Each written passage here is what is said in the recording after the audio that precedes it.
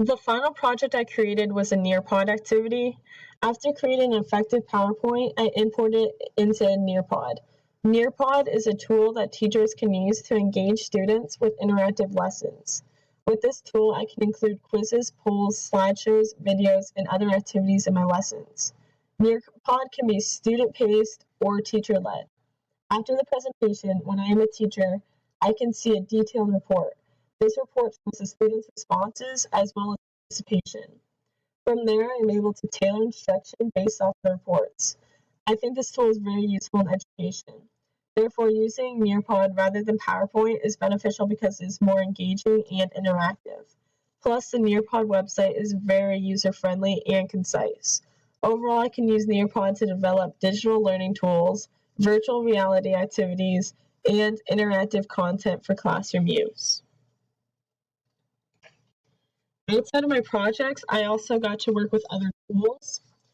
Padlet is a virtual wall that allows people to express their thoughts on a common topic easily. Students and teachers can collaborate, reflect, and share links and pictures in a secure location. It can be used as a virtual bulletin board in the classroom. Overall, I think this tool will be helpful for students to brainstorm. In this technology class, I also learned about the copyright law. The copyright law legally protects all original work. The goal is to foster creativity, advancements, and the spread of knowledge. Copyright law provides the creator of the original tangible work with certain rights. A work is automatically copyrighted once it has been fixed in tangible form, published or unpublished. Copyright grants the creators exclusive control over the reproduction of their work, creation of derivative works that are based on their work, distribution of their work, public performance of audiovisual works or sound recordings, and public displays of visual and graphic work. For works created on or after January 1st, 1978, certain terms apply. If the author is an individual, the term is the life of the author plus 70 years. Public domain is intellectual property that is not owned or controlled by anyone and is freely available for use for any purpose. A work of authorship is in the public domain if the term of its copyright protection has expired or if it does not meet the requirements for copyright protection. It is not necessary to publish a work before it can be copyrighted. Registering a copyright is optional.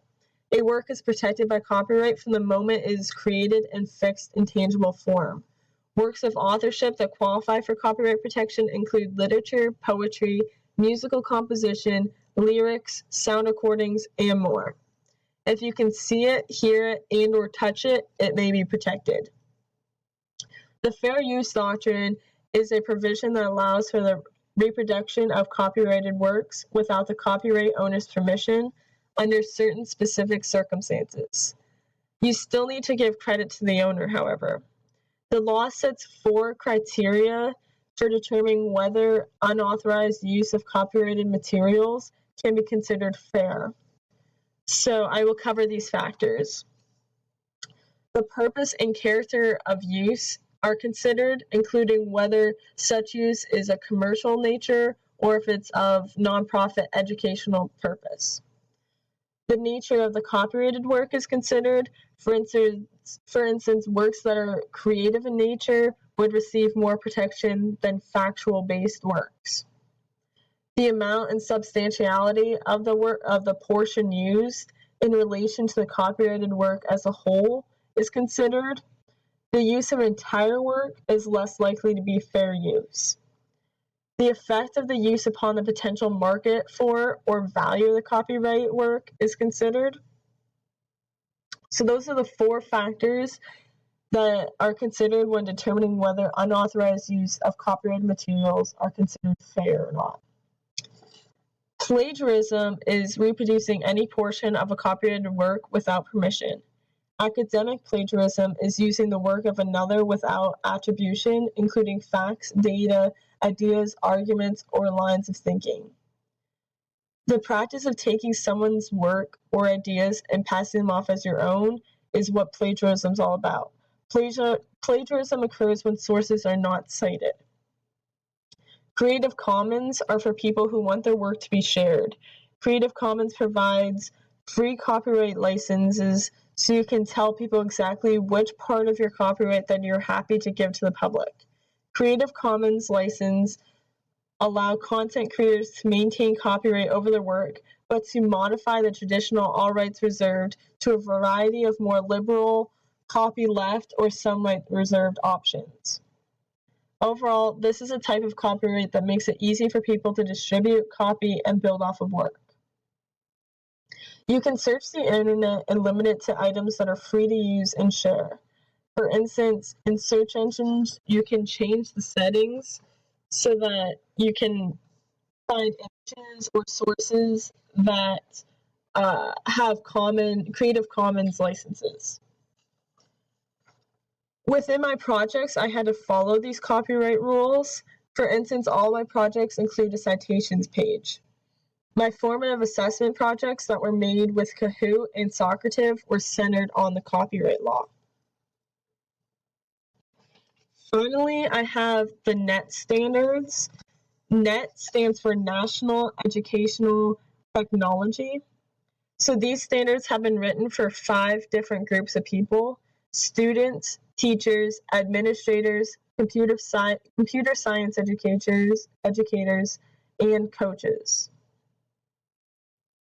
The standards are broken into 7 strands: digital citizen, knowledge constructor, innovative designer, computational thinker, creative communicator, global collaborator, and empowered learner. Within the empowered learner strand, students leverage technology to take an active role in choosing, achieving, and demonstrating competency in their learning goals, informed by the learning sciences. For the digital citizen area, students recognize the rights, responsibilities, and opportunities of living, learning, and working in an interconnected digital world, and they act and model in ways that are safe, legal, and ethical. Through the knowledge constructor domain, students critically create a variety of resources using digital tools to construct knowledge, produce creative artifacts, and make meaningful learning experiences for themselves and others. Within the innovative designer theme, students use a variety of technologies within a design process to identify and solve problems by creating new, useful, or imaginative solutions. The computational thinker topic allows students to develop and employ strategies for understanding and solving problems in ways that leverage the power of technological methods to develop and test solutions. For the creative communicator strand, students communicate clearly and express themselves creatively for a variety of purposes using the platforms, tools, styles, formats, and digital media appropriate to their goals. Finally, within Global Collaborator, students use digital tools to broaden their perspectives and enrich their learning by collaborating with others and working effectively in teams locally and globally. If I had to teach to meet the standards, I feel like I'd be most prepared to instruct the items outlined under Knowledge Constructor because of my background in conducting research. I could teach students how to properly gather information while evaluating the accuracy, perspective, and credibility of the sources. With this gathered information, students can make connections and draw conclusions while organizing it in such a way that it can be shareable. I also think instructing students about presentations such as Powtoon will help meet the standards of creative communicator. Furthermore, I would like to gain a better understanding about Global Collaborator before I teach others about it.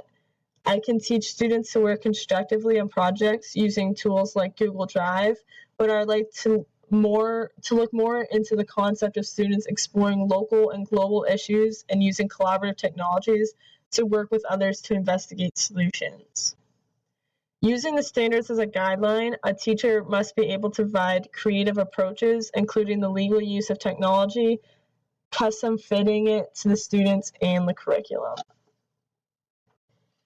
So this was my final portfolio. I hope you enjoyed. Thank you.